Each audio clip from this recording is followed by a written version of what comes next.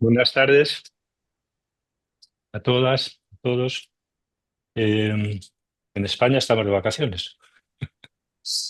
Durante el mes de agosto, la mayoría de nosotros. Por eso me pilláis un poco con estas pintas, como se dice aquí.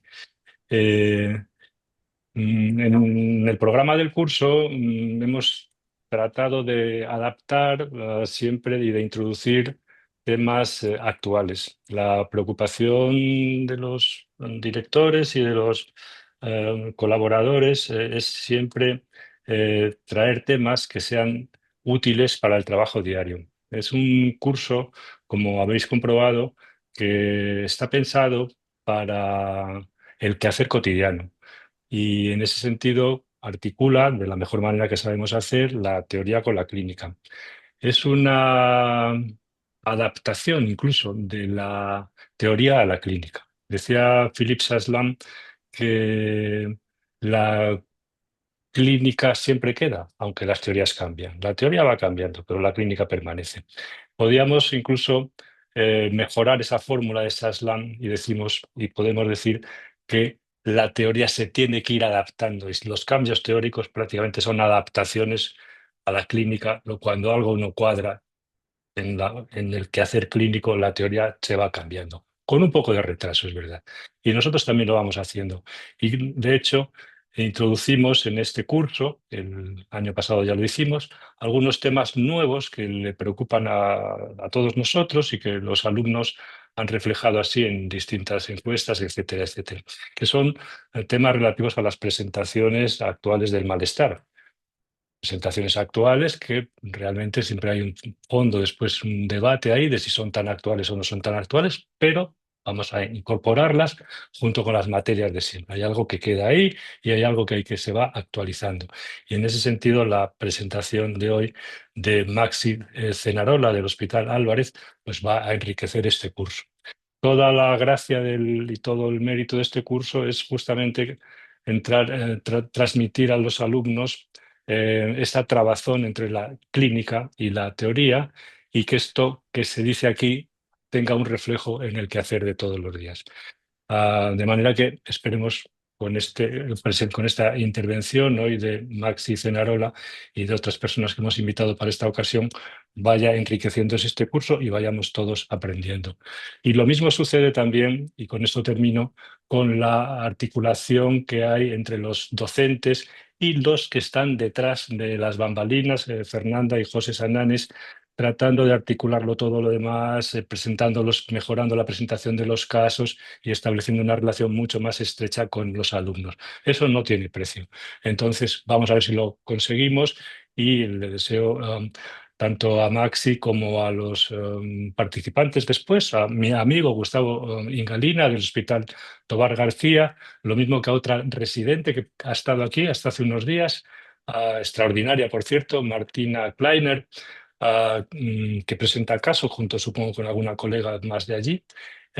No podré estar a escucharlas, a escuchar a las residentes y los comentarios de caso, porque tengo que ir a despedirme ahora de unos residentes que van precisamente del Hospital Álvarez, que regresan a Buenos Aires, pero les deseo mucha suerte y voy a seguir un poquito todavía con mis vacaciones.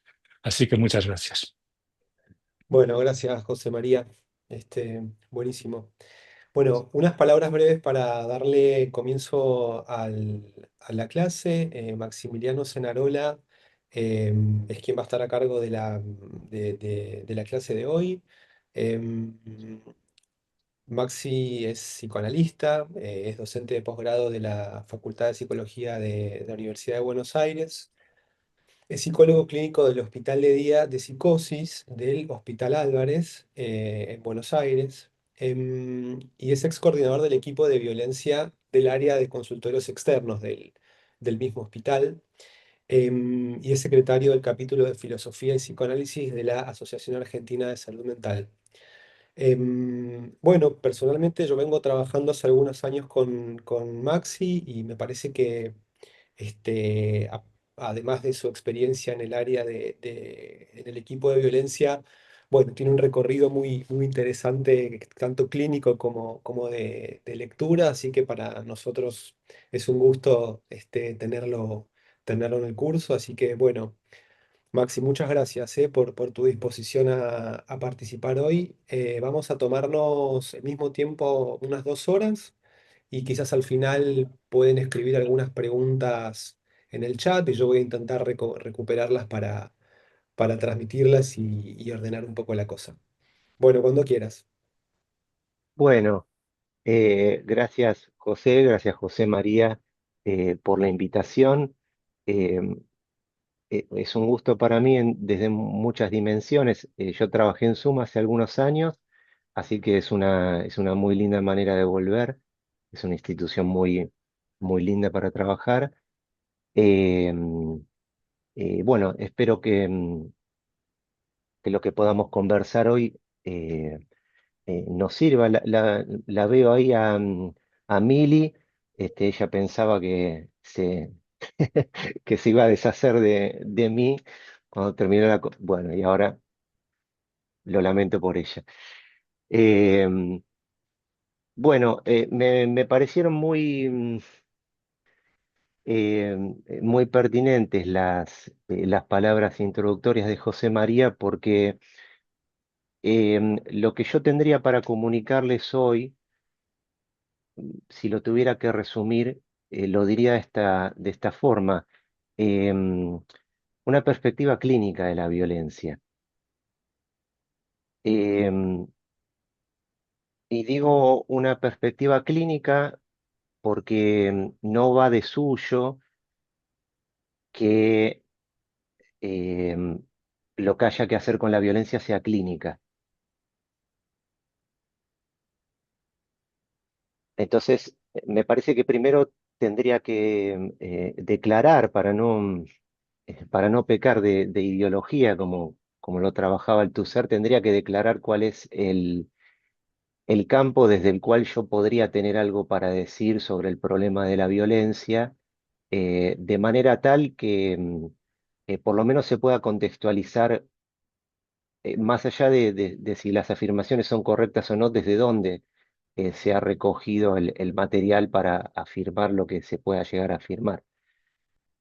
Entonces, en principio, lo que diría para ubicar ese contexto es que hace algunos años, en el hospital donde yo trabajo, es un hospital de la ciudad de Buenos Aires, un hospital general, que tiene un servicio de salud mental bastante grande, el servicio de salud mental más grande de los hospitales generales de la ciudad de Buenos Aires. Se creó un equipo para atender situaciones de violencia. Em, Quizás digo cosas que son un poco evidentes, pero como me parece que hay variaciones regionales entre los que estamos conversando aquí, aclaro un poquitito las coordenadas. Y es un equipo también que se creó muchos años antes de que en Argentina se promulgara una ley específica contra la violencia doméstica y de género. Es decir, que es un equipo que empezó a trabajar sobre la temática mucho antes de que la temática tuviera una agenda social. Eventualmente se pudo definir algunas medidas y algunas formas de intervenir sobre la problemática de la violencia desde el Estado, porque el tema se instaló como una agenda propia mucho tiempo antes. Entonces, el material a partir del cual puedo llegar a conversar con ustedes proviene de este contexto, de un equipo de salud mental, principalmente de psicólogos, que decidieron comenzar a recibir en un tratamiento de lo que se diría psicoterapia individual, en el sentido clásico del término, a personas que de alguna u otra manera atravesaban situaciones de violencia, ya fuera que la ejercieran o que la padecieran. Esta me parece una primera definición que tiene su relevancia porque tampoco va de suyo que los dispositivos que se crean o se han creado para trabajar sobre las situaciones de violencia trabajen con ambos perfiles. esto de ambos perfiles después es algo que voy a tener que desmontar para poder explicar cuál es mi posición. Em, pero digamos, en el mundo de los dispositivos que trabajan con esta problemática, lo que suele haber es tratamiento de los varones violentos o tratamiento de las mujeres agredidas. Bueno, este es un equipo que decidió recibir personas que tenían algún tipo de padecimiento relativo a la circulación de la violencia en su vida, sin partir de una precomprensión de que la violencia se repartiría de esa forma, activa para los varones, pasiva para las mujeres. Em, por lo tanto, la preocupación original de este equipo y la preocupación que aún mantiene, yo ya no formo parte de ese equipo, pero estoy en contacto con mis compañeros de esa ruta, es ofrecer un tratamiento en el sentido más clásico del término, que alguien pueda hablarle a un profesional de lo que le pasa con la violencia. Eh, Nuevamente son todas afirmaciones muy rudimentarias las que voy diciendo por ahora, pero que particularmente en el caso de la violencia tienen todo su contrapunto, porque no va de suyo que cuando un profesional recibe a alguien que está pasando por una situación de violencia, lo que haya que hacer sea tomarse el tiempo de escuchar qué está pasando con la violencia, sino que muchas veces lo que hay que hacer, porque es lo que dictan los protocolos que se han establecido a tal fin, es intervenir.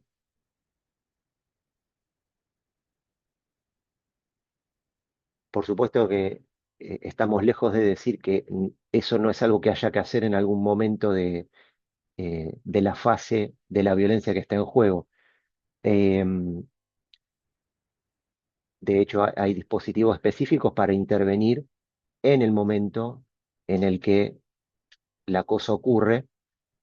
Em, pero en este caso, nosotros recibimos gente y en principio nos tomamos el tiempo de la entrevista, el tiempo en que la persona llega a la entrevista para escuchar un poco y no necesariamente para tomar una medida, sea cual fuere.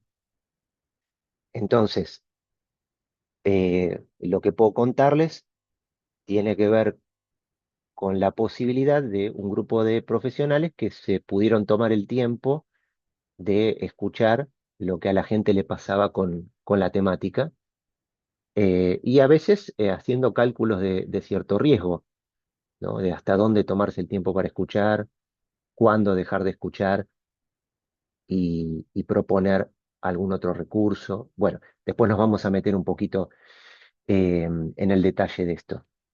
Em, por eso les decía que la rúbrica general de lo que podríamos llegar a conversar es eh, preocupaciones clínicas respecto de la violencia. Luego hay preocupaciones de otras índoles, pero las que yo les puedo contar son las clínicas.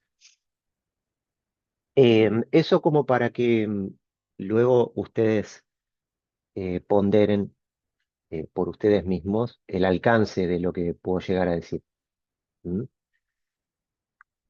Y lo digo particularmente porque el campo de la violencia, cuando nosotros pensamos otros problemas clínicos, las psicosis, las neurosis, las toxicomanías, eh, más o menos los que nos hemos formado en disciplinas de la salud sabemos cuáles son los discursos que se ocupan de eso.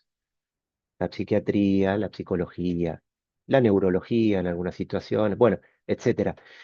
En el caso de la violencia, el abanico es mucho más amplio, porque de la violencia se ocupan los filósofos, de la violencia se ocupan los politólogos, De la violencia se ocupan las disciplinas de género, de la violencia se ocupan los etólogos, incluso, que tienen algunas cositas para aportar respecto de cuáles podrían ser los mecanismos, permítanme decirlo de esta manera, los mecanismos animales de la agresividad y cómo eso se proyectaría sobre las circunstancias humanizadas de la cultura, bueno, los fundamentos etológicos de la conducta humana, más allá de si estamos de acuerdo con eso, hasta qué grado lo hacemos, etcétera.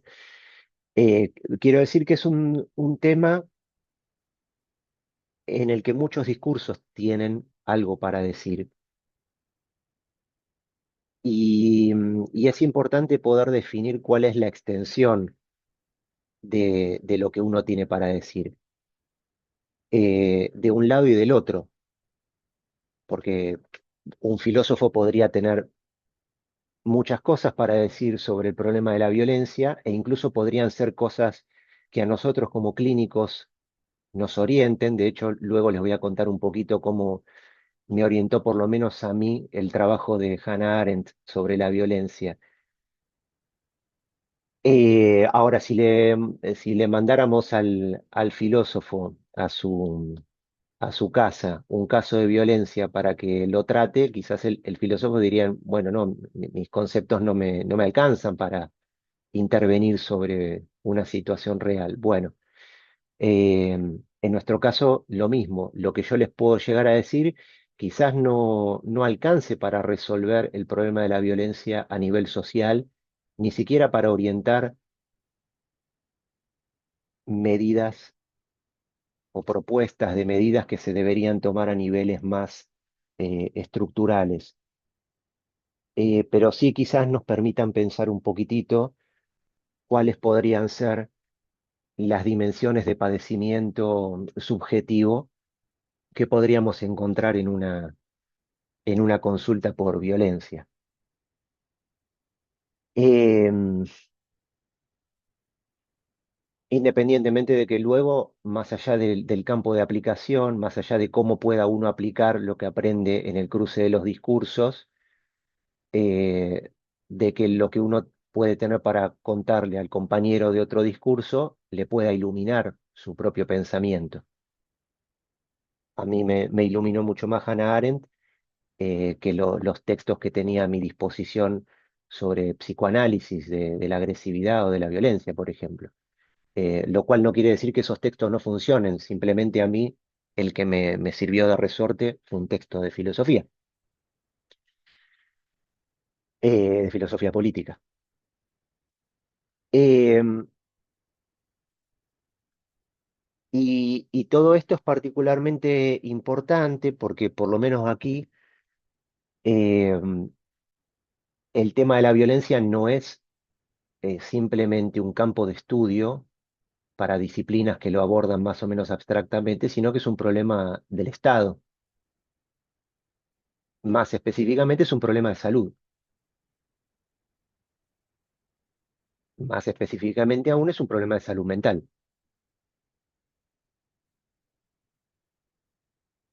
Em,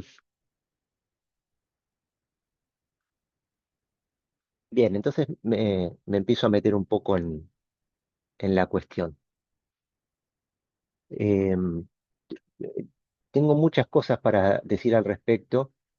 Creo que preferiría ir específicamente a la cuestión de la clínica de la violencia porque podríamos repasar referencias históricas, qué dijo Aristóteles del tema, qué dijo Hobbes y todo eso. Pero como el gran acápite es preocupaciones clínicas, me parece que podríamos ir un poquito a ese punto y luego, bueno, si quieren, revisamos a toda esa gente que ha dicho cosas importantes. Em, ¿Qué sería una perspectiva clínica de la violencia?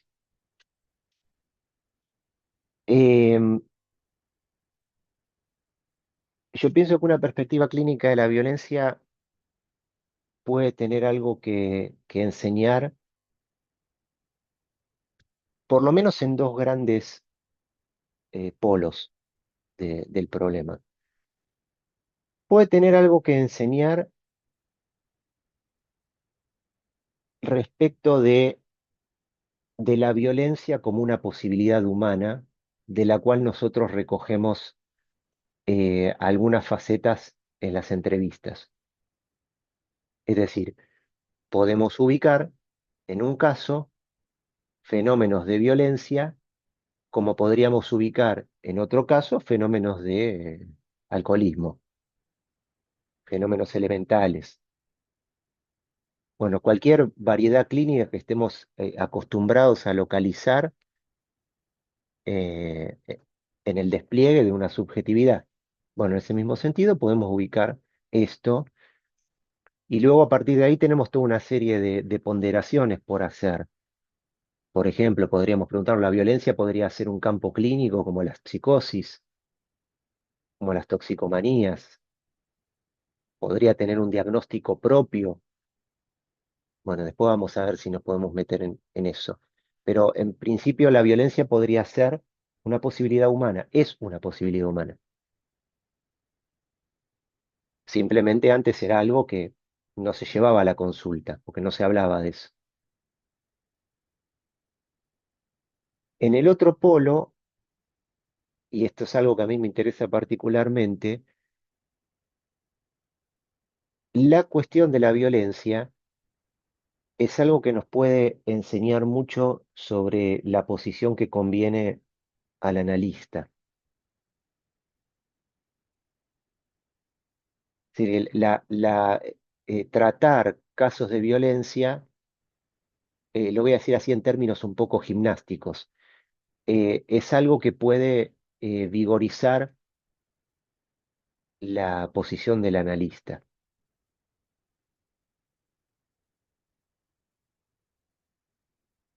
Voy a ver si me puedo explayar eh, luego respecto de esto. Eh, ¿Por qué? Porque no sé si ustedes tienen algún roce con la temática, si han trabajado casos eh, de esta índole, mm, pero cuando yo escucho a algún colega que supervisa algún caso, que de repente ha recibido alguna situación así, una de las primeras referencias con la que uno se encuentra es la urgencia del tratante. Está sucediendo una situación violenta, ¿qué tengo que hacer para que eso pare? Es decir, que una de las primeras respuestas a identificar una situación de violencia en un caso es la urgencia del tratante. Los que trabajan específicamente con el campo de de la urgencia subjetiva,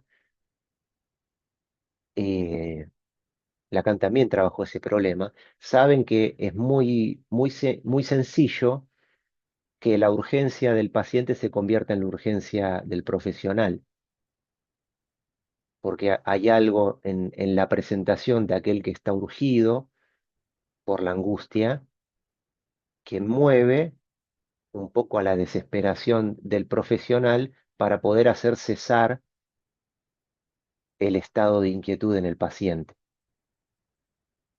Bueno, y no necesariamente hay que irse al caso de las urgencias, uno puede tener un paciente que está alucinando cosas raras y uno empezar a preguntarse cómo hago para que eso pare. Bueno, con el caso de la violencia pasa algo de eso. Se supondría, los profesionales suponen, que lo primero que habría que hacer es detener lo que está sucediendo.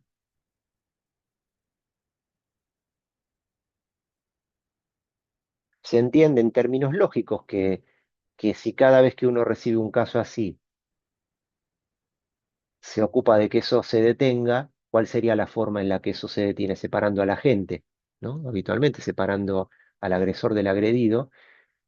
no habría la posibilidad de una clínica de la violencia. Habría intervenciones para separar los cuerpos.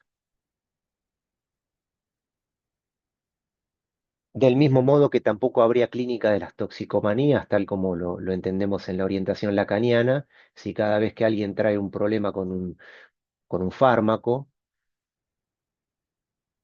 simplemente apostáramos a la abstención del uso, ¿no?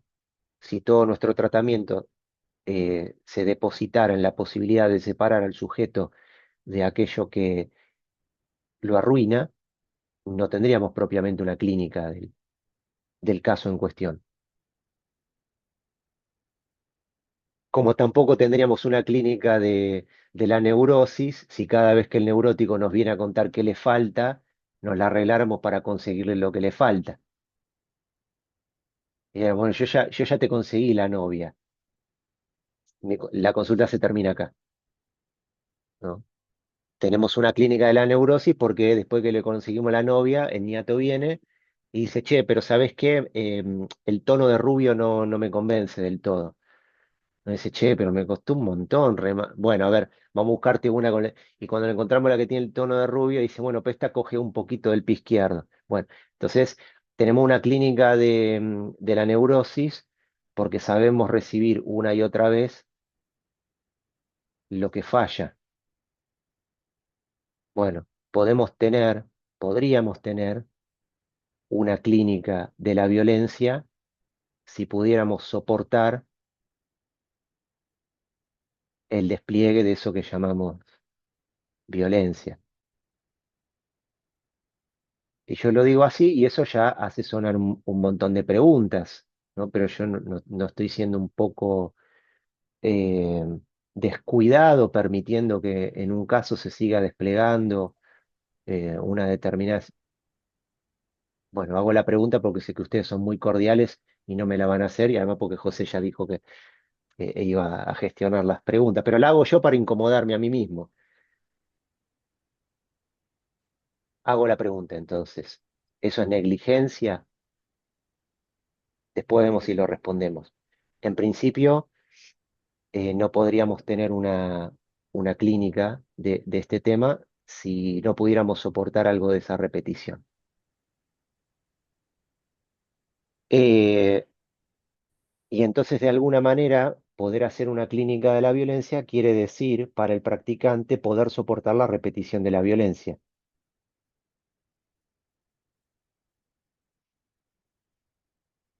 De allí se extrae una, una primerísima consecuencia, y que es que a mí me parece que es algo de la potencia de este campo clínico, que es que enseña un montón de cosas si uno se toma el tiempo y si toma la decisión de aventurarse en este camino. Porque una de las cosas que enseña es que no todas las violencias son iguales. Entonces, lo primero que nos enseña es que violencia se dice de muchas maneras. Violencia sucede de muchas maneras. Que es algo que no debería llamarnos la atención, porque cuando nosotros decimos psicosis, se dice de muchas maneras, las alucinaciones se juegan de muchas maneras, nosotros sabemos por la clínica que una cosa es el sujeto al que la voz le dice matate, y dice, esta voz es una boluda, yo no me voy a matar ni en pedo. Y otra cosa es el que dice, y esta voz me dice que me mate y yo creo que tiene razón. Bueno, sabemos que esas voces no son del mismo calibre porque la relación del sujeto con el fenómeno es distinta. Bueno, si nosotros nos tomamos el tiempo de poder interiorizarnos cómo se despliega la situación de violencia en un caso, podemos encontrar que no es lo mismo alguien que dice, el sábado me golpeó brutalmente y sobreviví de casualidad, a alguien que dice, hace 40 años me pega. Hace 40 años me pega es menos grave que me pegó y sobreviví de casualidad, no lo sé, yo no sé cómo se miden esas cosas, pero sí sé que si se salvó de casualidad es un escenario y si hace 40 años le pega, diría, le pega de una manera que nunca la mató. Quiero decir que eso me da cierta idea del tiempo que me puedo tomar en un caso o en otro. En uno quizás no me pueda tomar ningún tiempo, pero entonces no voy a hacer clínica, voy a tener que hacer otras cosas. Apropiadas, sí. Calculadas, sí. Necesarias a mi responsabilidad profesional, sí, pero no necesariamente clínicas. Y en el otro caso, tengo una situación que yo diría que ya forma parte del conjunto de habitualidades del sujeto. Aunque no nos guste cómo suena eso, algo de lo que deberíamos pensar, algo de lo que les propongo pensar en este sentido, es que la violencia puede formar parte del mundo del sujeto.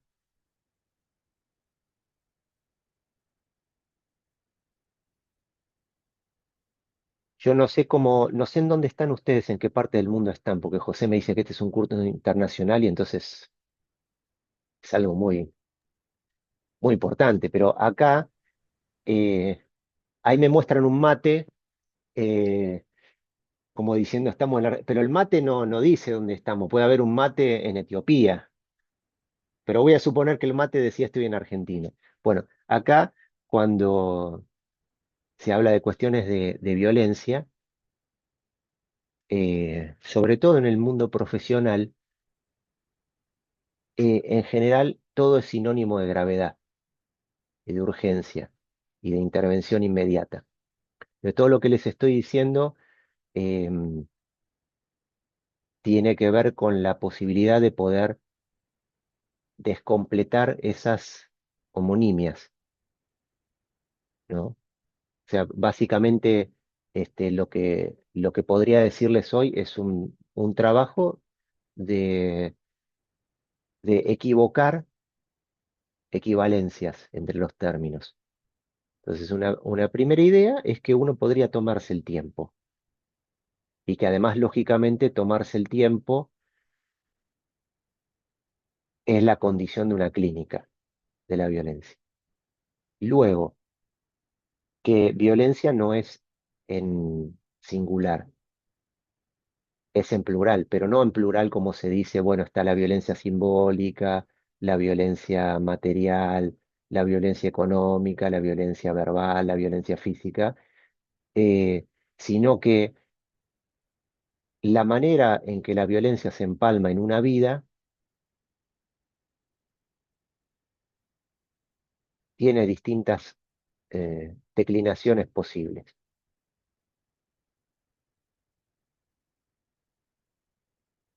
Y en ese sentido es una invitación a poder leer en cada caso, en principio, qué lugar tiene ese fenómeno, para luego tratar de saber qué habría que hacer, si es que habría que hacer algo.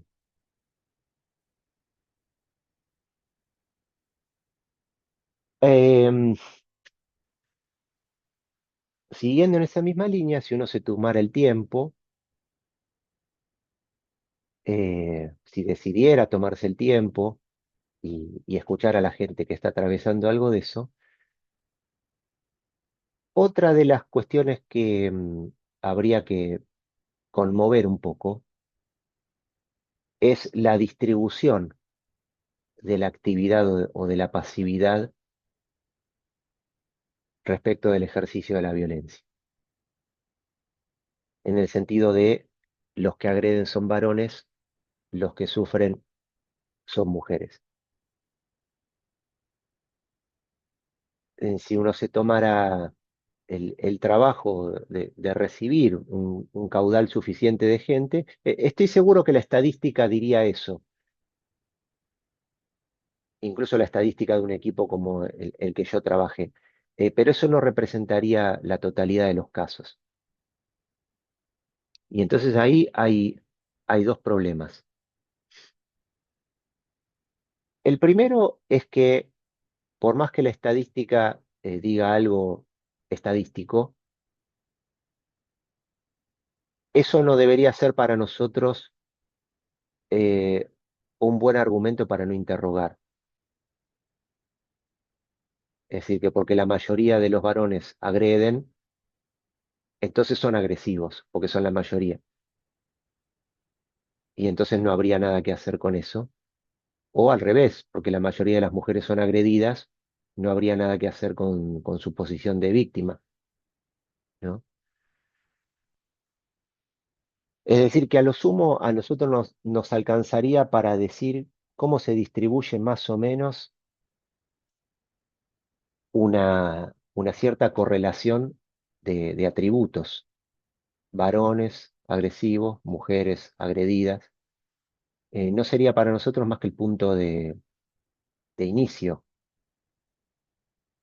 de la interrogación. Eh, por otra parte, eso no, en principio no nos dice qué hacer, por ejemplo, con el varón que agrede. Bueno, el varón agrede y está en la estadística, fenómeno, ¿y qué hacemos con él? Más allá de la primera correlación de predicados. ¿Qué hacemos? ¿Qué hacemos desde una perspectiva clínica? Sería amigo decir, bueno, este sujeto es psicótico. Ah, genial. ¿Cómo lo tratamos?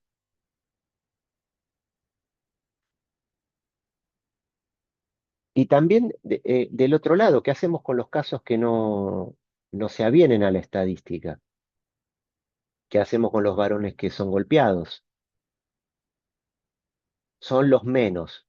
Ok, pero la clínica siempre es 1 a 1. ¿Qué hago con el uno que me tocó y que es golpeado? No lo atiendo porque no entra en la estadística. Entonces tampoco atiendo a los psicóticos que no alucinan, porque se entiende el problema. Las categorías no nos sirven para pensar la clínica. Tampoco, ¿qué haríamos con la mujer que le pega al marido? La felicitaríamos porque es la que, ¿no? Se ve que no tiene mucho sentido eso. ¿Por qué cuestionaríamos la violencia de uno y no la de otro?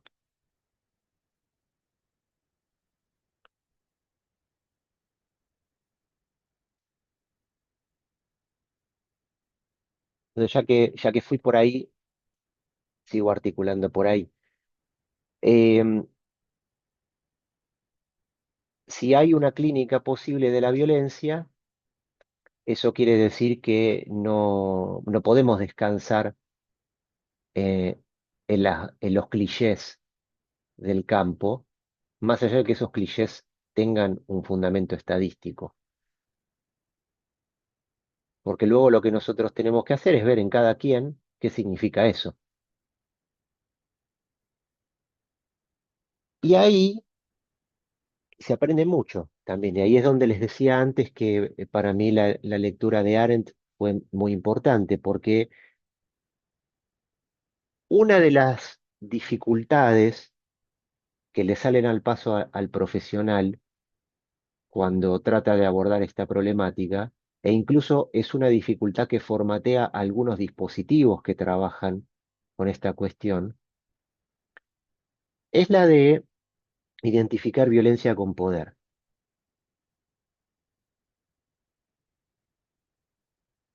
Es violento porque es poderoso, como si la violencia fuera una consecuencia, un derrame natural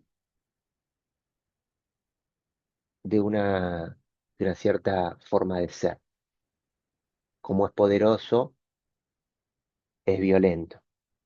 Como diciendo, como es rápido, gana las carreras. Bueno, como es poderoso, golpea.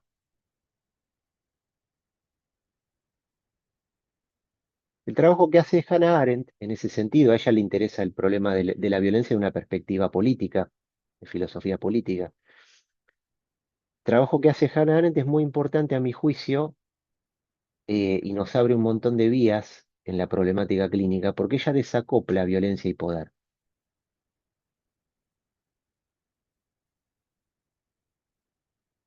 los desacopla e incluso los pone como oposiciones.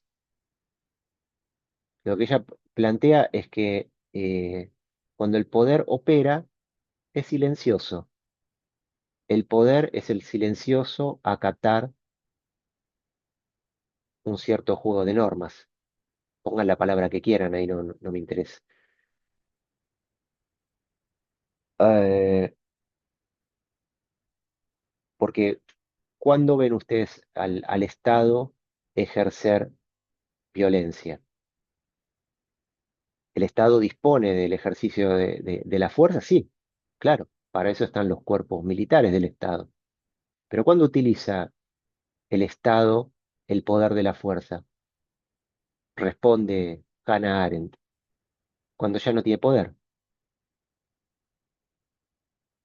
Entonces basta con que 100 viejitos vayan a la plaza a pedir que le suban las jubilaciones para que el Estado muestre qué tan impotente es. Hannah Arendt dice, la violencia no es una continuación del poder. La violencia es un tratamiento de la impotencia del poder. Es la forma que el poder desfalleciente tiene de recuperar su determinación, su poder de determinación.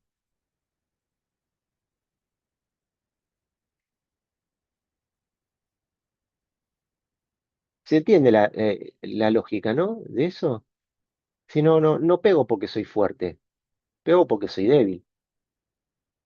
Dicho de esa manera, ustedes ya pueden empezar a ubicar, quizás no se ocupan de la violencia, pero pueden empezar a ubicar un montón de situaciones clínicas. Por ejemplo, los problemas que tenemos cuando atendemos niños, ¿no? Entonces recibimos a los padres y los padres, salvo algunas excepciones bestiales, no son gente que está todo el tiempo violenta. En algunos momentos le pegan un bife al hijo, en algunos momentos le gritan. ¿En qué momento?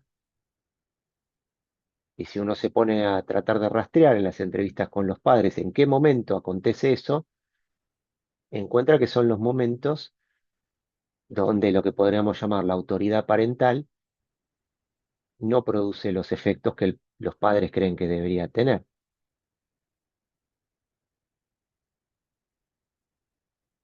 Y entonces, Hannah Arendt, la clínica, dice, desacoplen violencia de poder, porque es al revés. Se recurre a la violencia cuando ya no se tiene poder.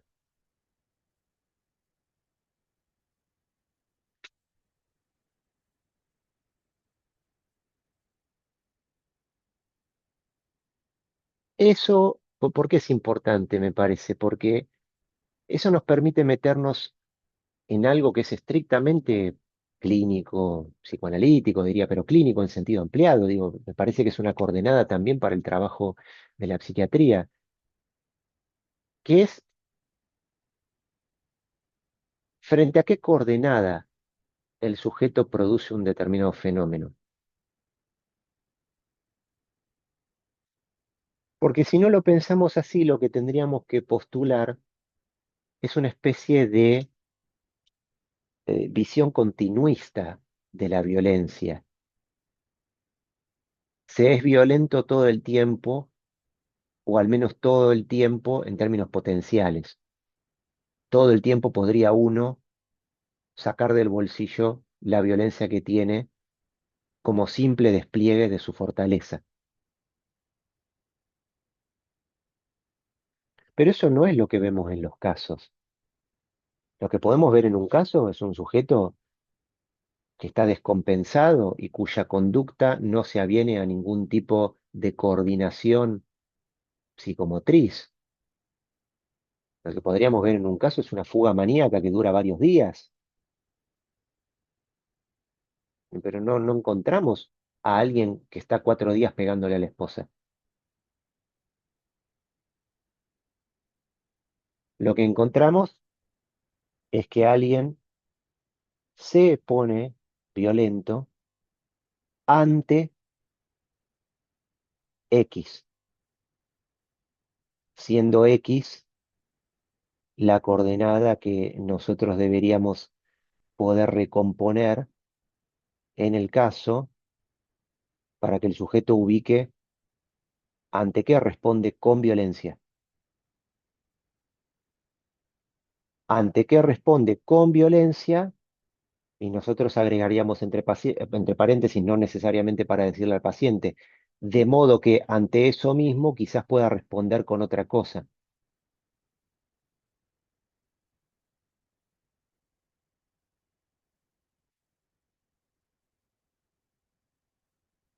¿Se entiende esa lógica, no? Digo, no estoy diciendo nada distinto de lo que pensaríamos en alguna otra circunstancia. Podríamos pensar, pienso algunos casos de psicosis donde el sujeto no está todo el tiempo alucinado, sino que la alucinación emerge, por ejemplo, cuando el padre lo presiona demasiado con volver a trabajar. El tipo empieza a alucinar. Entonces nosotros simplemente correlacionamos esas dos cosas y decimos, bueno, a ver, ¿cuál es nuestra hipótesis de qué tiene que ver el surgimiento del fenómeno alucinatorio con la presión del contexto familiar?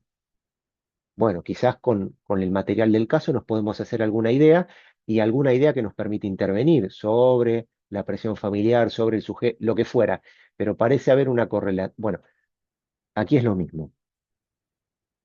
¿En qué coordenada acontece el acto violento?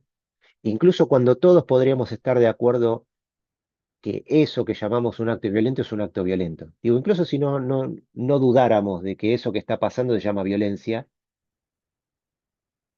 lo que tendríamos que ubicar, si es que pudiéramos proponer un tratamiento de eso, es cuál es la coordenada ante la que responde con violencia.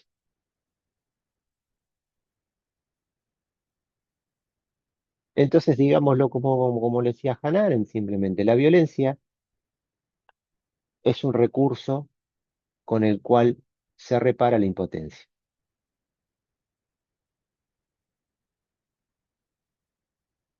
Luego, eso se podría aplicar más bien en un cierto perfil de subjetividad, sí, sí, claro.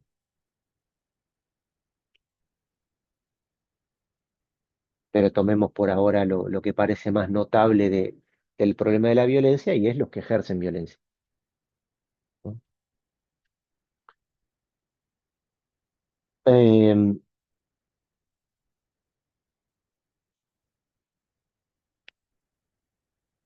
entonces, me parece que no podríamos hacer un trabajo así si nosotros no desacopláramos lo que entendemos por poder de lo que entendemos por violencia, porque lo tendríamos muy pegado. Cuando le decía que eso a veces determina incluso la forma de los dispositivos y la forma de trabajo de los dispositivos, es porque hay, em, hay profesionales que parten de esa homonimia y entonces como el varón es poderoso y entonces por ende golpea, no hay nada que hacer con esa unión. Y entonces, ¿de qué se trata el tratamiento? De que simplemente deje de desplegar lo que despliega y luego verificamos de una manera un poco policial que efectivamente haya dejado de desplegar lo que despliega.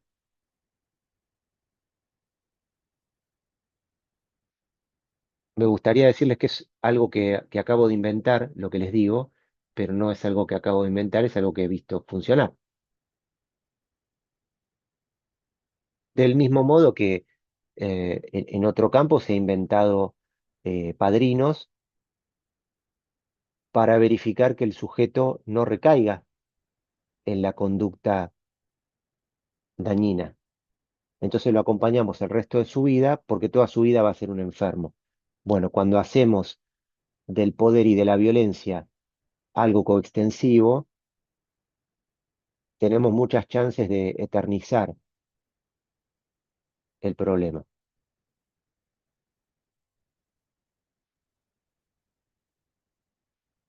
Del mismo modo que tenemos muchas chances de eternizar el problema si creemos que las mujeres solo podrían ser víctimas. Es decir, que por una y, eh, desigual distribución de fuerzas, las mujeres solo podrían sufrir. Y entonces, ¿qué destino tiene eso? Bueno, en el mejor de los casos, la separamos del tipo que la controla para que ahora dependa del equipo profesional. Pero, ¿y dónde está el trabajo sobre la autonomía? Para que toda su vida no tenga que padecer de ser una víctima de alguien.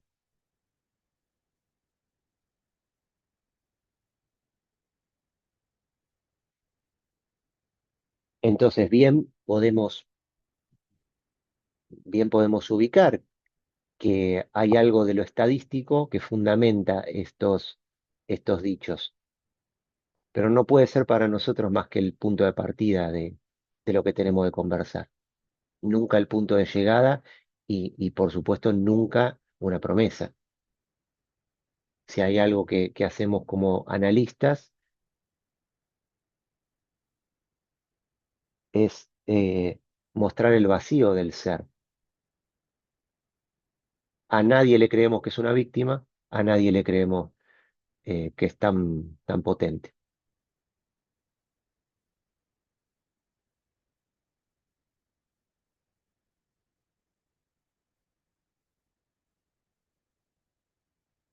¿Continúo o quieren que hagamos alguna tanda de conversación?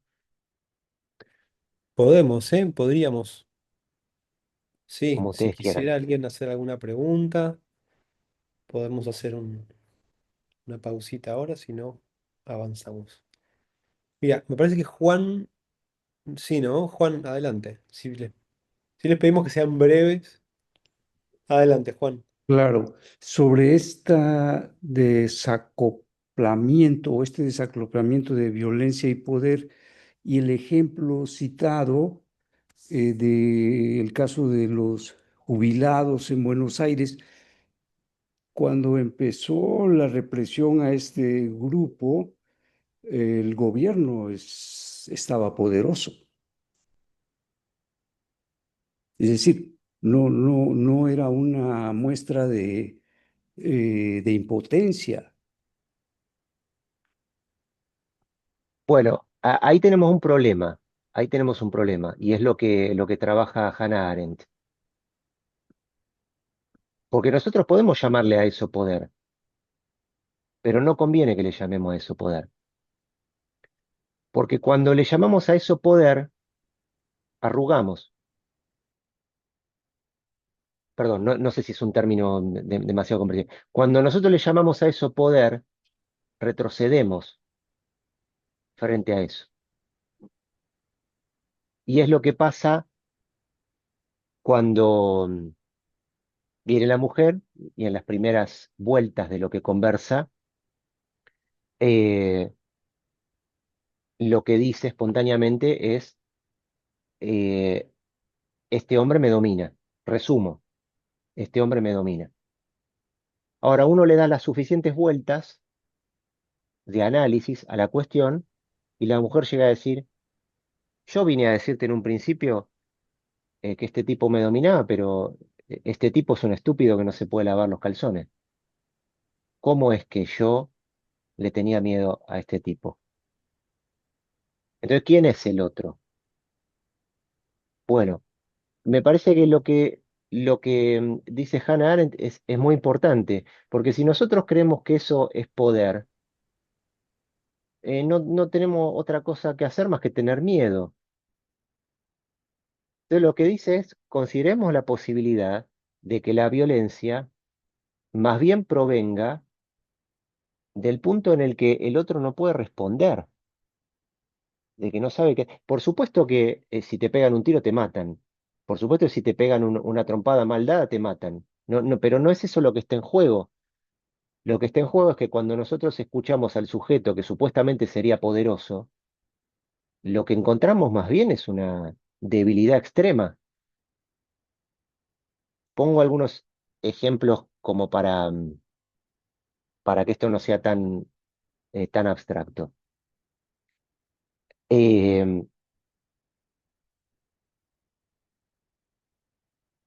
Cuando viene un hombre, ¿no?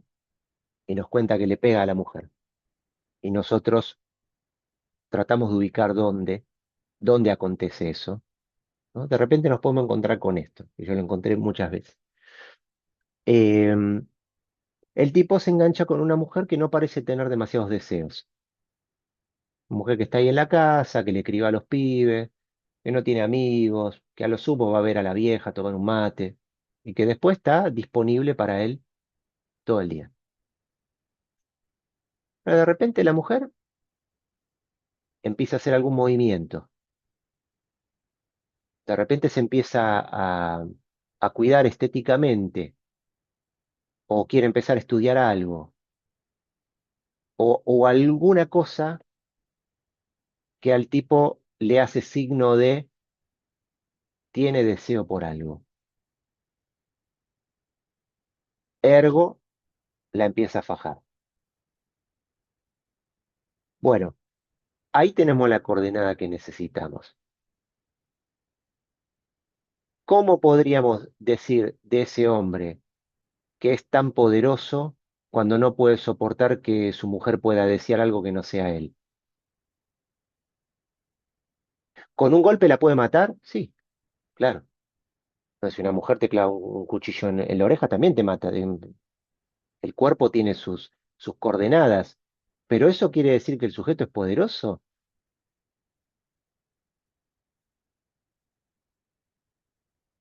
Entonces eh, lo que nos advierte Hannah Arendt es, si ustedes llaman poder a la violencia, no van a tener muchas herramientas para intervenir. Si ustedes ubican la fragilidad que subtiende a la violencia, van a tener algo que hacer. Digo, y particularmente en el caso en el que nosotros recibimos a un hombre que puede llegar a hacer esto, ¿no? Lo que no deberíamos hacer si quisiéramos hacer una clínica de la violencia es creer que es muy poderoso. Pongámoslo en otros términos. Cuando un padre le pega a un hijo, ¿es poderoso? Bueno, uno podría decir, sí, es poderoso, porque la más mínima trompada que le dé le va a doler un montón al pibe.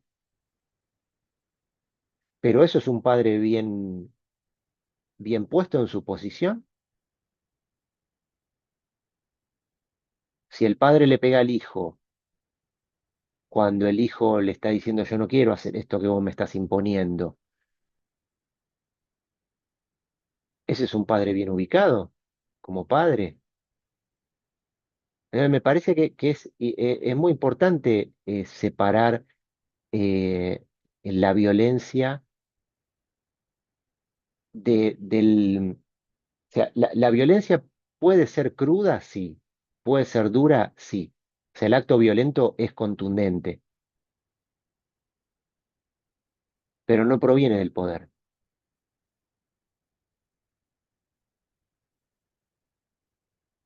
El acto violento es contundente incluso cuando es un acto de palabra.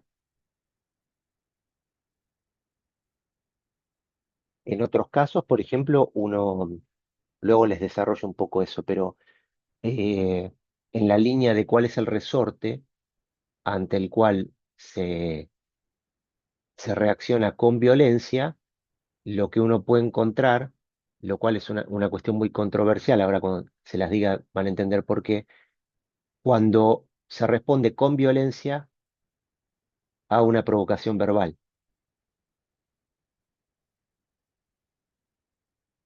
Y uno diría, bueno, es más peligroso la piña que la provocación verbal. En términos de salud física, sí. pero en términos de subjetividad, hay palabras que son mucho más graves que una piña.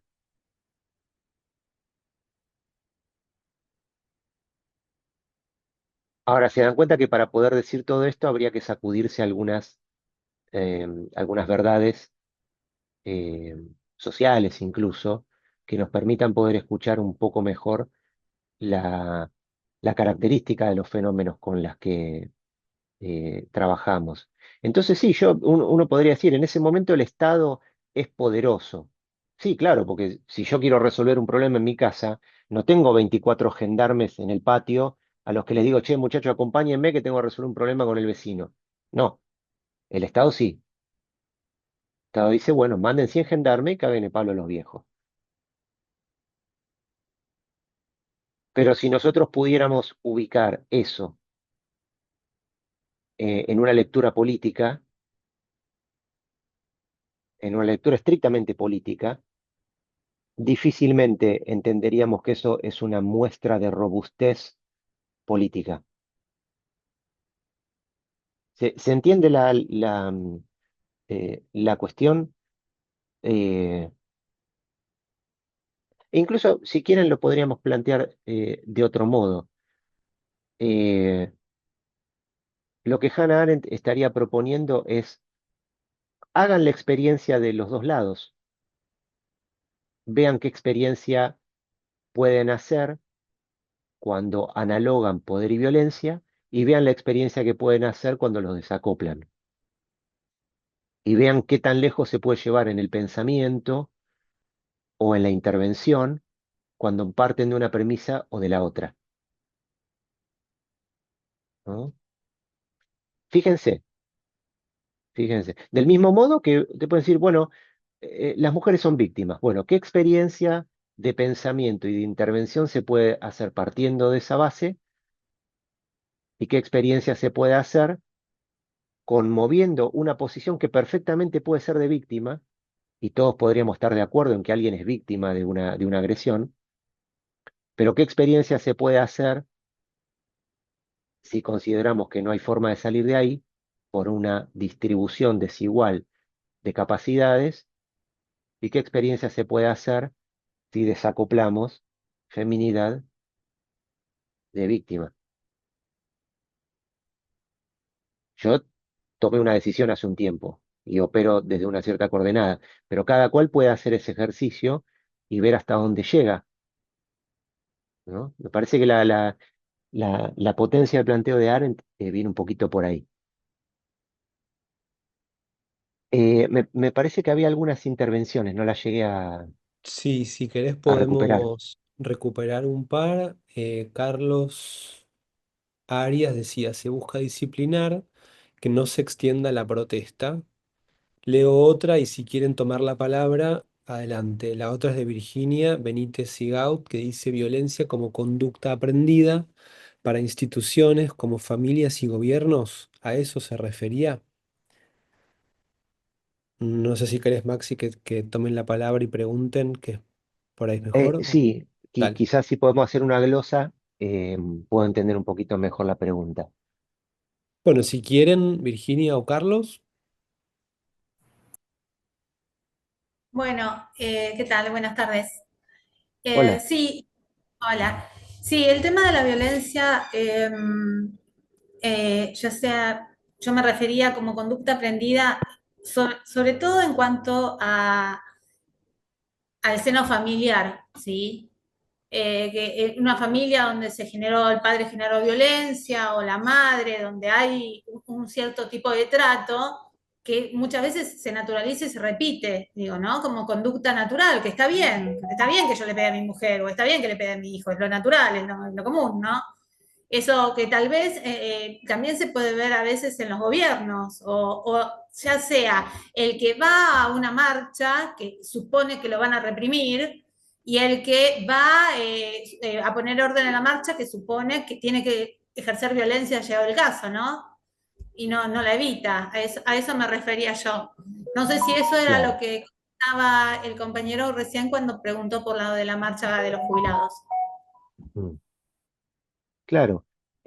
Sin duda que hay cuestiones incluso culturales. Nosotros nos encontramos, por ejemplo, el hospital donde yo trabajo está en una zona de la ciudad donde hay una gran cantidad de habitantes eh, que viven en Argentina, pero provienen de la cultura boliviana.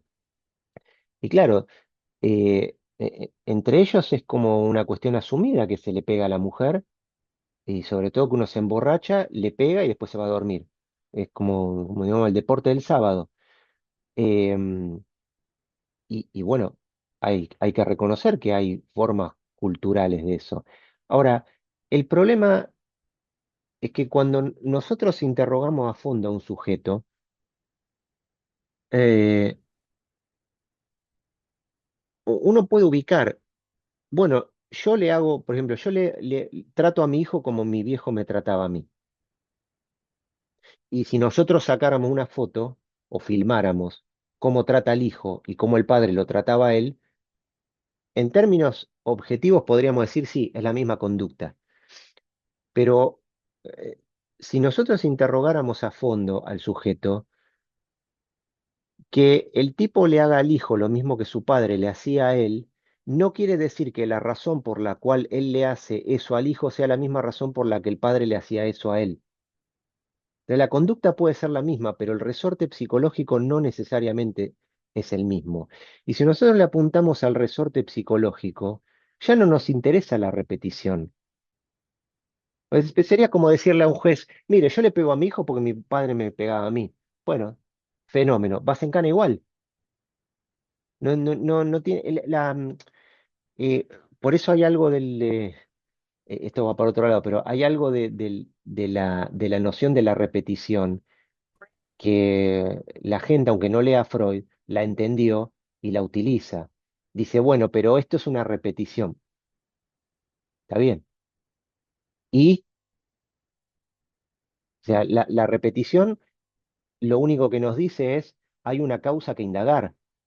No es porque se repite, estamos librados a seguir repitiendo. Entonces yo puedo repetir por cuestiones culturales, por cuestiones familiares, por cuestiones históricas, por cuestiones biográficas, sí, pero la razón por la que yo repito lo que repito es lo que hay que ubicar.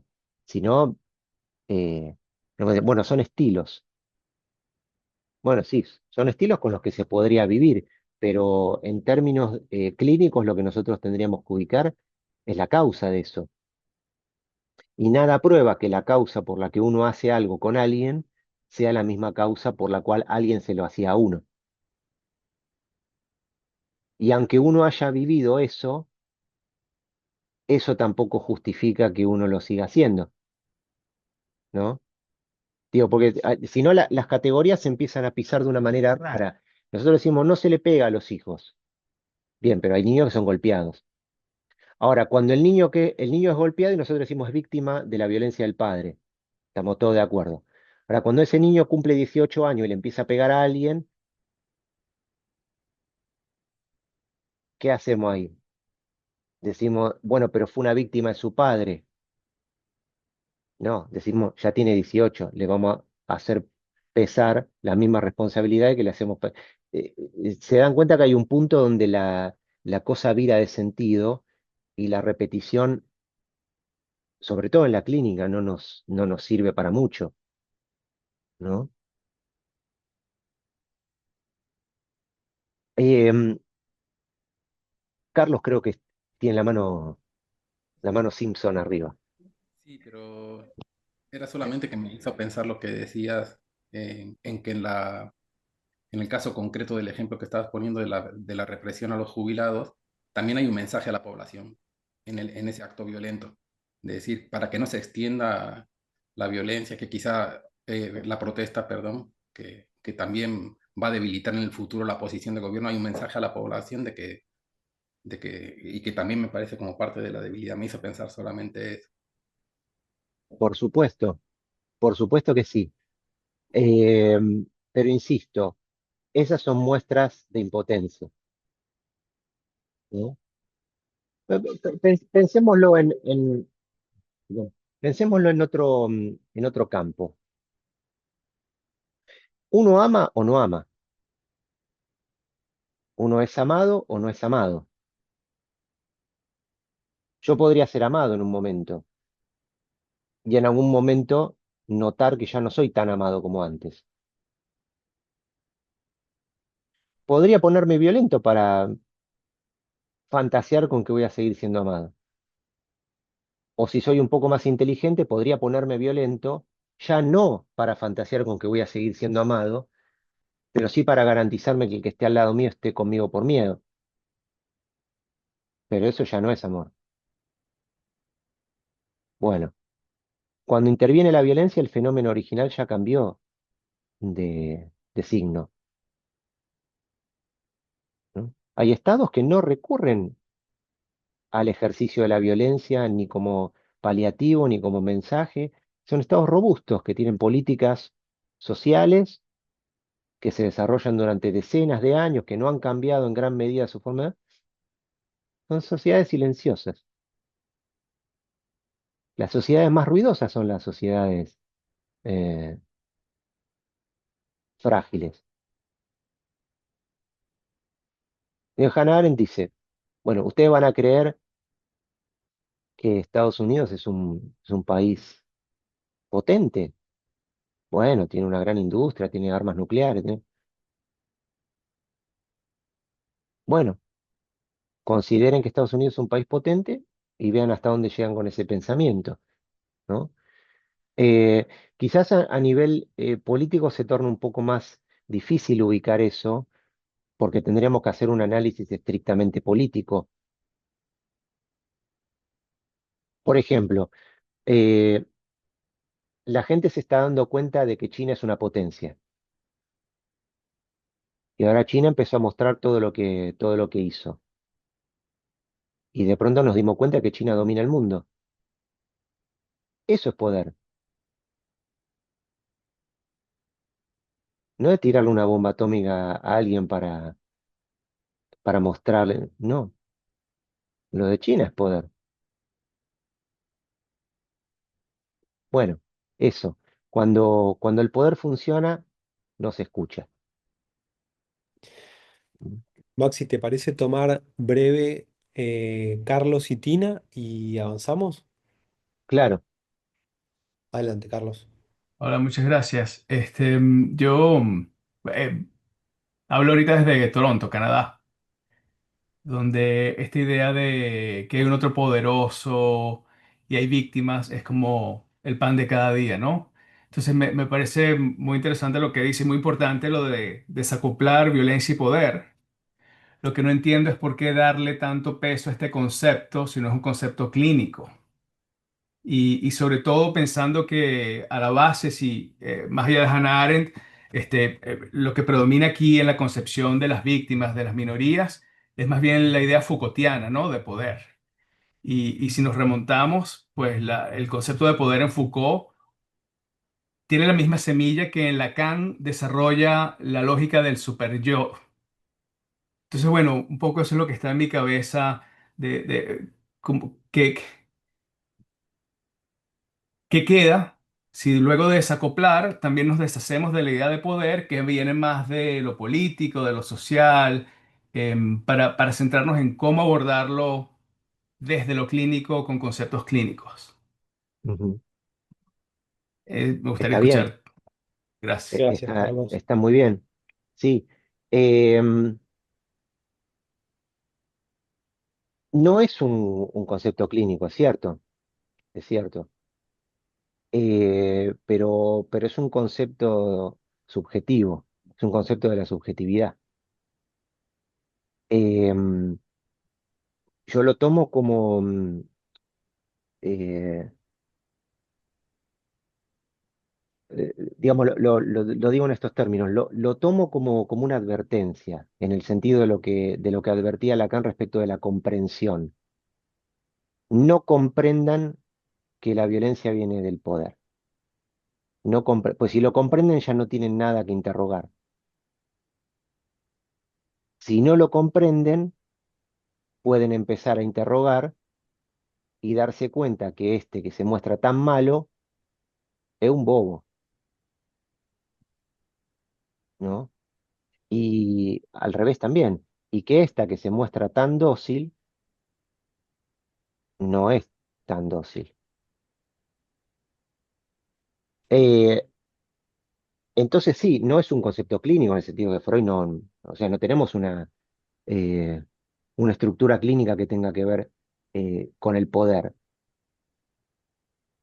pero sí nosotros tenemos ya que introducías lo del super yo, me parece muy importante esa referencia, porque hay toda una problemática del lado femenino, donde nosotros vemos que el hombre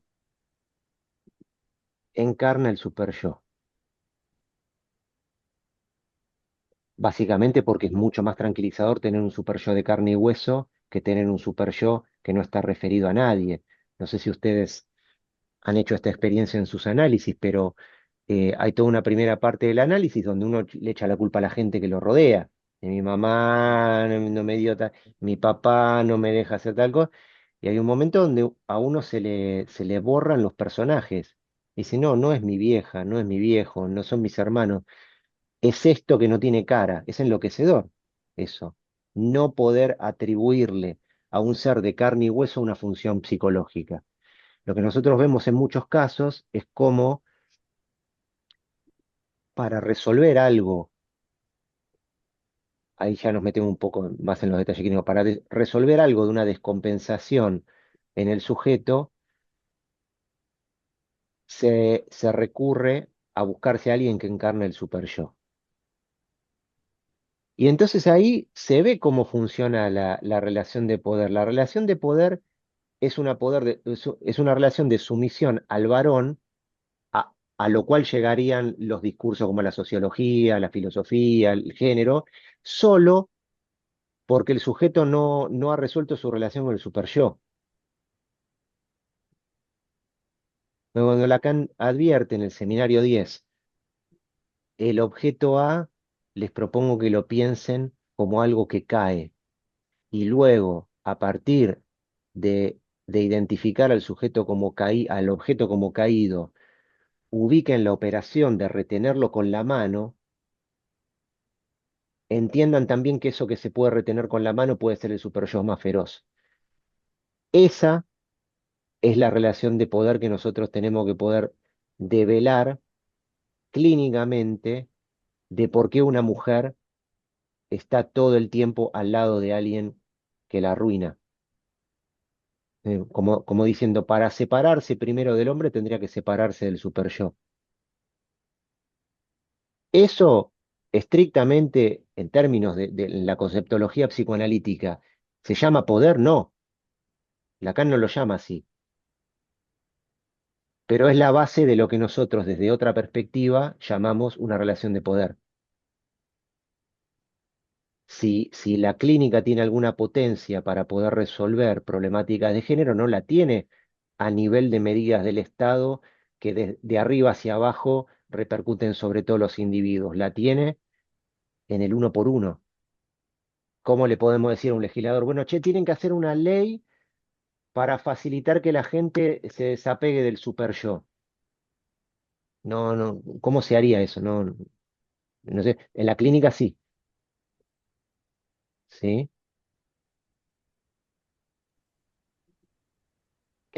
Me parece que había Tina, ¿puede ser? Sí, Sí, Tina, eso. adelante. Gracias, Sí, Carlos. parece que estamos hablando todo el tiempo de violencias extremas o que se extienden en el tiempo, pero estaba pensando en situaciones de parejas que refieren que después de una situación de violencia hacen el amor o bueno, cogen y sienten algo, ¿no? Como una cuestión histérica de subir el volumen porque no sienten nada. Y porque estamos hablando mucho de posiciones, como que la mujer siempre se posiciona como víctima y el hombre siempre como victimario y eso se extiende en el tiempo. Y a veces son los dos que buscan una situación así de subir el volumen para sentir algo. Y lo otro que pensaba es en las situaciones únicas, ¿no? en esa violencia que por qué mantenerse en una relación que se extiende, que es violenta y se extiende en el tiempo, sino en una que no se ve venir.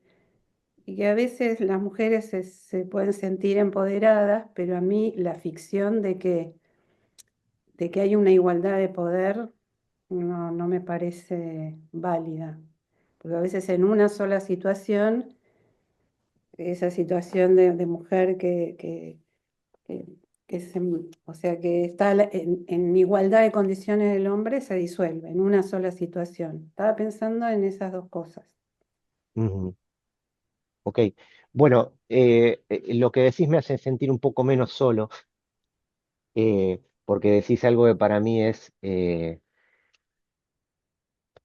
estrictamente clínico, em, pero bueno, que es algo que a veces es un poco, en esta época es un poco difícil de decir.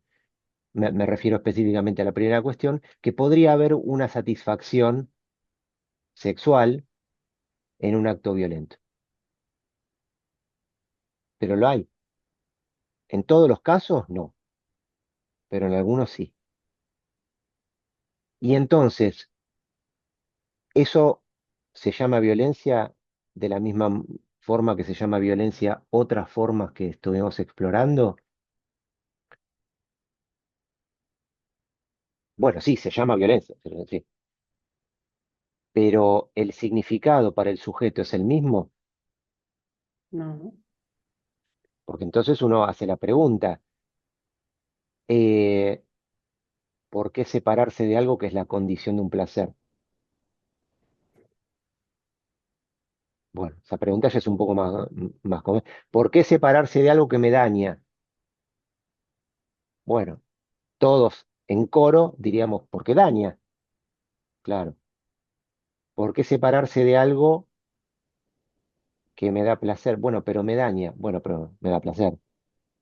Bueno, pero bueno, la cosa ya se vuelve un poco más difícil, pero efectivamente en eso que nosotros, nuevamente, podríamos estar todos de acuerdo en que lo llamaríamos violencia para el sujeto. Lo digo con otro ejemplo. ¿Qué hacemos con los casos donde un abuso sexual, lo digo más grave aún, qué hacemos con los casos donde un abuso sexual infantil funciona luego como una condición erótica?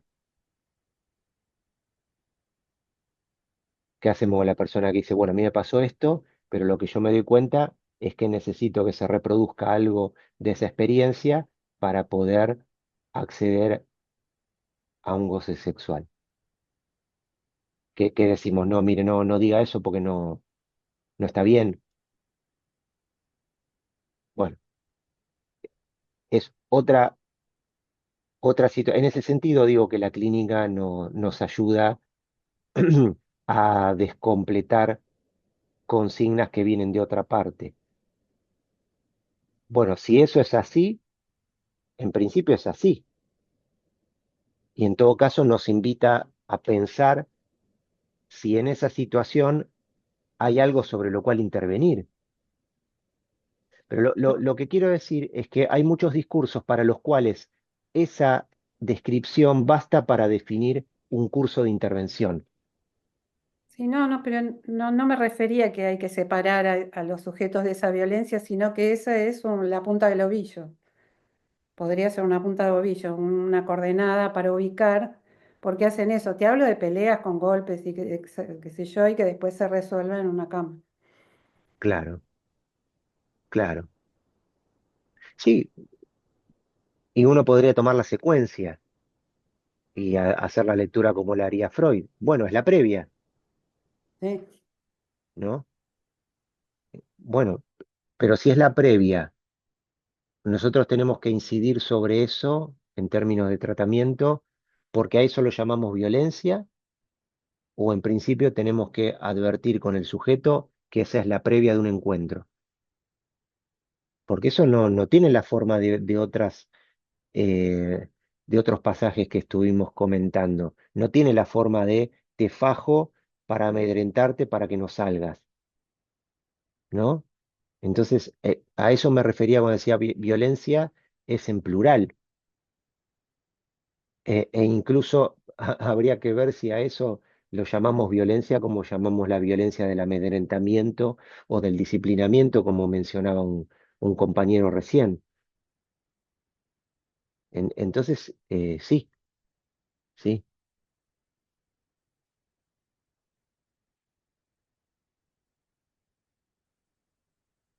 Eh, bueno, no sé, seguimos, Segundo seguimos tema, Sí, conversando. sí, sigamos, segundo tema avancemos. era que a veces el hombre no es violento, no se muestra violento, pero a veces en una situación dice, bueno, contradiciendo lo de Hannah Arendt, si tengo este poder, ¿por qué no ejercerlo? Ujú. Me refiero a un abuso, me refiero a... Bueno, yo diría que podemos como tomar la intervención de Tina hasta ahí y ver si, Maxi, vos la querés retomar un poco y si no, como avanzar con el ritmo que siga. Bueno, sí, sí, por supuesto la tomaría, pero nuevamente, me parece que un problema es que la gente cree en eso, ¿no? Como decía Tina. Bueno, ya que me doy cuenta de que levanto la voz y ella se atemoriza, bueno, esta es la mía. Entonces uno puede creer. Bueno, eso se llama infatuación, pero eso está lejos de probar que la persona tiene poder real. Lo que tiene es fuerza de amedrentamiento. Hannah Arendt dice, no le llamemos a eso poder. Por eso digo, llámenlo como quieran. Si a eso le quieren llamar poder, llámenlo poder. Pero entonces busquen otro término apropiado para la eficacia de determinación subjetiva que acontece silenciosamente. Llámenle poder a la fuerza de amedrentamiento y al otro búsquenle otro término, porque son dos mecanismos distintos. Cuando las cosas marchan sin que nadie tenga que andar dirigiendo, eso es una forma de eficacia distinta a la de aquel que tiene que intervenir activamente, con fuerza, con amedrentamiento, para que la cosa siga marchando. Si hay que intervenir para que la cosa siga marchando, es porque la cosa dejó de marchar. Ese es el punto. Mi nene me hizo caso hasta hoy que no quiso ir a la escuela. Bueno, algo dejó de marchar. ¿Qué hacemos en ese momento? ¿Interrogamos lo que dejó de marchar o amedrentamos? A eso se refiere Arendt.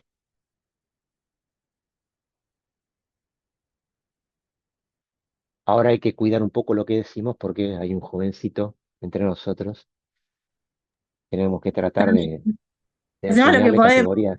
todo el nene, digo. Escúchame, te quería hacer una pregunta. Ay, Ajá.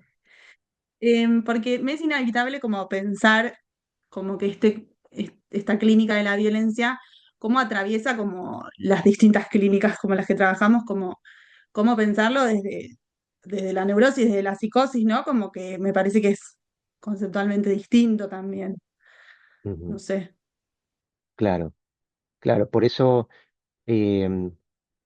bueno, por cómo estamos de horario, diría alguna cosita para enmarcar eso, justamente. Em, Porque hay una expresión de Lacan que a mí me parece que es muy importante, que es una fórmula que tiene una palabrita que no les va a sonar a Lacan, pero él trabaja en algunos escritos tempranos la cuestión de la significación psicológica de un evento o de un fenómeno. A mí me parece que es una buena herramienta para, para esta cuestión de la clínica de la violencia. Vieron que hay un libro que justamente trata un tema que tiene que ver con la violencia, un libro de Tendlars y García, que se llama ¿A quién mata el asesino? No sé si lo conocen. Eh, Está bueno, toma algunos casos de asesinato, pero lo que me interesa es el título. ¿No? Dice, ¿a quién mata el asesino? Uno podría decir, plegándose al sentido común de las cosas, mata a una víctima. Bien, estamos todos de acuerdo. ¿Qué ganancia epistémica y clínica tenemos con eso? Ninguna. ¿A quién mata el asesino? Es una pregunta que nos permite ir más allá de la evidencia. Pongamos un caso muy conocido. Bueno, por lo menos muy conocido acá en Argentina, el caso de Barreda. No sé si le suena a todos. Bueno, a los que no les suena, Barreda era un odontólogo que vivía en la ciudad de La Plata, que mató a toda su familia, a escopetazos. Toda su familia, recalco fundamentalmente, era su esposa, sus hijas.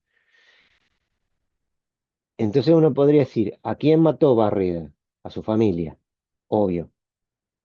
Pero cuando el sujeto es interrogado en tanto sujeto,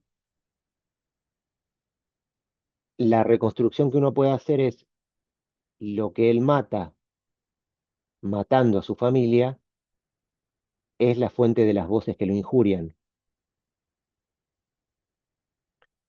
¿Al juez le interesa eso? No, no. Pero yo no encabecé esta conversación diciendo problemas jurídicos de la violencia, problemas clínicos, ¿no? A nosotros sí nos interesa, porque el acto tiene una significación psicológica. ¿Es una buena solución?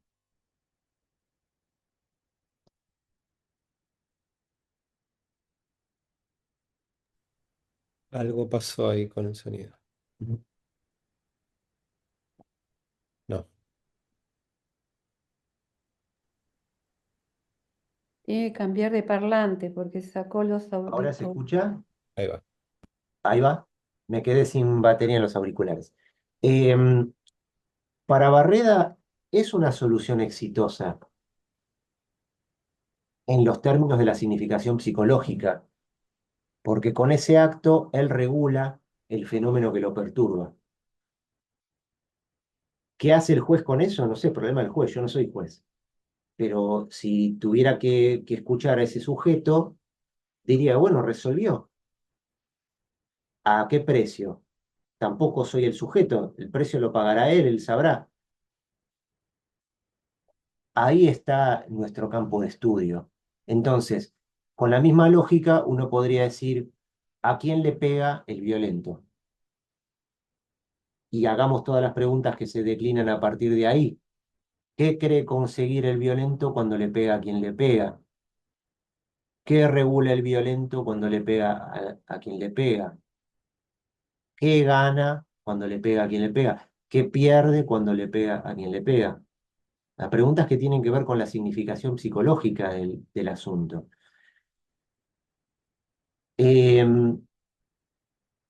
Hace un tiempo hice un trabajo, porque vieron que en este campo hay una figura, es una figura legal, que es la del femicidio, ¿no? Femicidio es una categoría jurídica que tiene una definición, el asesinato de una mujer en calidad de asesinato de género. O sea, no la maté porque me estaba robando, no, sino la maté porque era mujer, ¿no? O la maté porque yo era varón y era más fuerte, lo que conversábamos antes. Bueno, ahora, en la línea de la significación psicológica de un acto, hace un tiempo trabajé la diferencia entre femicidio y uxoricidio. Uxoricidio no existe en la legislación. Uxor es la esposa en latín. ¿La esposa es una mujer? Sí. Pero lo que pensaba a propósito de eso es justamente en este espíritu de descompletar las categorías que nos impiden interrogar, es que no es lo mismo matar a una mujer que matar a la mujer. No es lo mismo matar a una mujer que matar a la mujer propia. Para el juez es lo mismo, sí, para el juez es lo mismo, pero como estas no son preocupaciones jurídicas de la violencia, sino preocupaciones clínicas, no es lo mismo psicológicamente matar a una mujer que matar a la mujer propia. Lo digo así, parece una evidencia, pero cuando nosotros nos quedamos en el plano de la categoría de femicidio, borramos la diferencia psicológica que puede haber entre matar a una mujer y matar a la mujer. Me parecía que una forma de iluminar ese resorte a la luz de los casos con los que pudimos trabajar era que si hay una diferencia entre una mujer y la mujer, habría que tener una definición de qué es la mujer. Y se me ocurrió definir la mujer propia como la mujer que conoce la injuria justa. El psicoanálisis no permite demasiado romanticismo, entonces no vamos a decir la mujer propia, la que uno ama, la mujer con la que se casó, no, porque si no, esa no sería la mujer que uno mataría, si la mujer de uno fuera la mujer idealizada. Claro, agravado por el vínculo, claro, pero agravado sobre una fórmula tipificada. Claro, es un agravamiento sobre una fórmula tipificada. Pero lo que nosotros estamos tratando de ubicar es una diferencia psicológica radical. ¿Y por qué decía eso? Porque eh, el problema que hay del lado varón, nuevamente, en esta línea de lo que es el poder y lo que es la impotencia, es que el varón puede creerse muy poderoso, pero su mujer es la que sabe cómo él goza verdaderamente. Y como sabe cómo él goza verdaderamente, es la que puede decir la injuria justa. Y hay muchas circunstancias de lo que yo les mencionaba antes, como el resorte del acto violento, que tienen que ver con responder a la injuria justa. Pero me desentiendo de si la injuria está bien o mal, no me interesa eso. Lo que me interesa es que la injuria es la palabra que va al corazón del ser. Siempre para un varón es una amenaza que se sepa demasiado de él. ¿Quién sabe demasiado de él? La mujer. Entonces ahí hay una significación psicológica del acto que desde un punto de vista clínico nosotros no podemos dejar pasar. Porque incluso si la cosa no llega a lo trágico de un femicidio,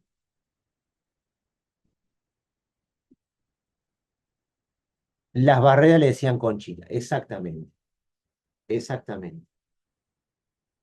Y nosotros no sabemos si al decirle Conchita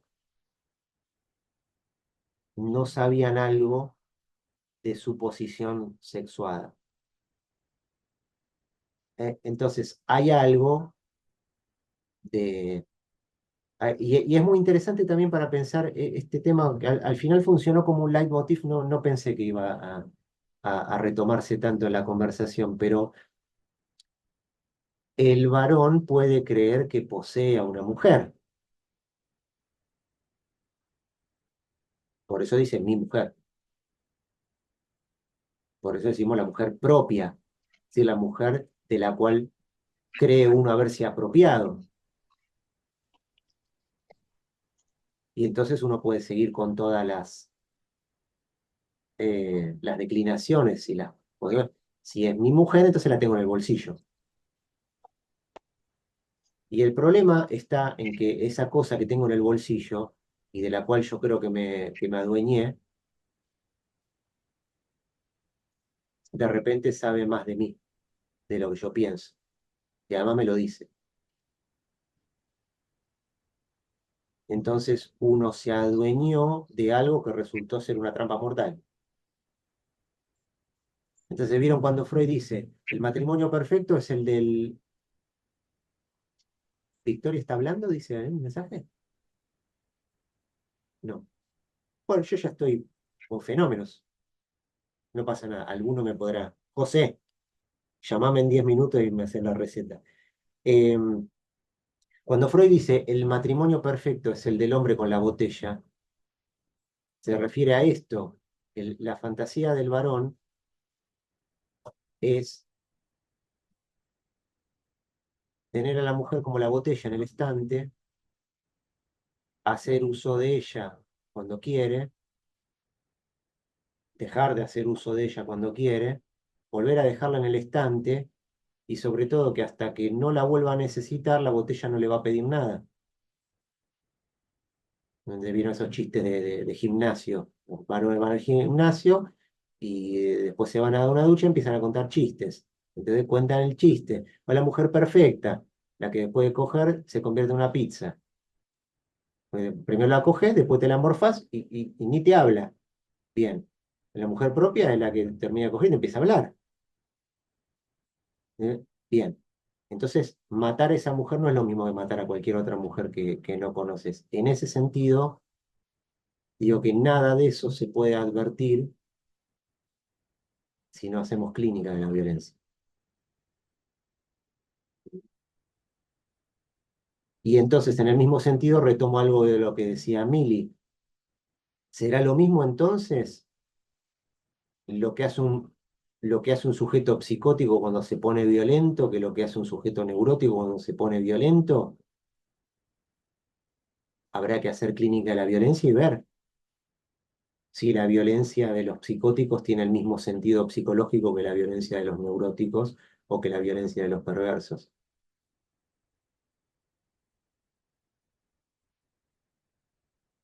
Eso que llamamos a partir de que Lacan lo identificó, en la perversión, el acto perverso, que es un acto destinado a angustiar al otro,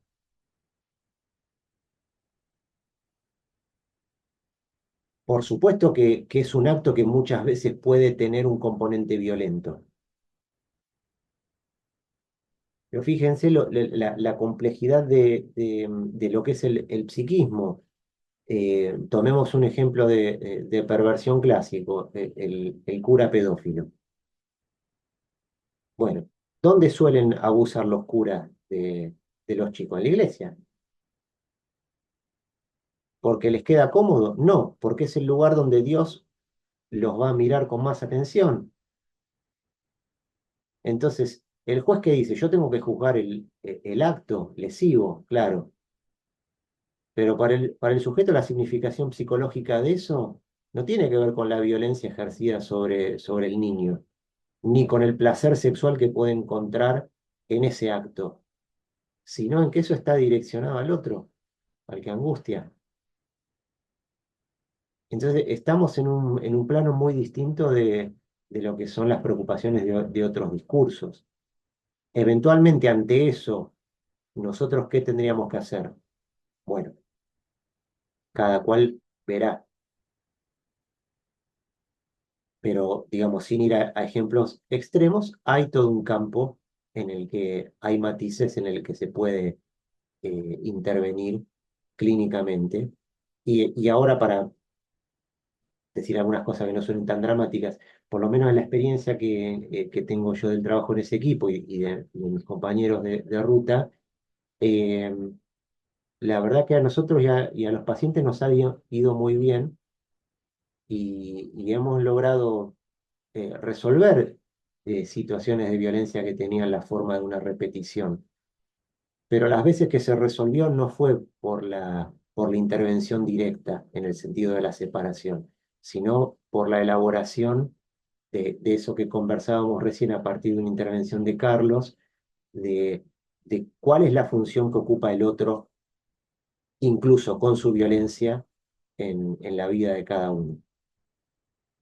Separándose de la función metapsicológica, diría Freud, puede uno eventualmente separarse del otro. No sé si diría mucho más, José, Mm. porque estamos ahí medio a unos minutitos. No sé quizás si hay alguna otra cuestión para conversar. Bueno, bueno, podríamos cerrar acá. Creo que un buen ciclo de preguntas y conversación, así que me parece que podemos hacer un cierre acá y tomar unos minutos para descansar antes de la próxima parte. Ok. Si no hay tiempo y queda alguna consulta, la podemos resolver por otro canal, por mail, lo que quieran, no hay problema. Bueno, muy bien, entonces abrimos eso. Seguramente puede haber algún mail, o alguna pregunta en nuestro Classroom. Se la hacemos llegar a Maxi, eh, y tendrá pronta respuesta. Bueno, bueno, gracias, Maximiliano. Ha Por favor, sido, ha sido un trabajo distinto, provocador. Hemos conversado sobre temas complicados, así que gracias por acompañarnos en este recorrido. por favor. Bueno, Gracias a ustedes por la conversación también. muy bien. Bueno, entonces si les parece, nos tomamos 15 minutos, y empezamos 5:10 o 10:10, con la segunda parte de la clase. Maxi, un gusto, ¿eh? Gracias. Por Muchas favor, gracias. que sigan bien. Hasta Chao, chao. luego.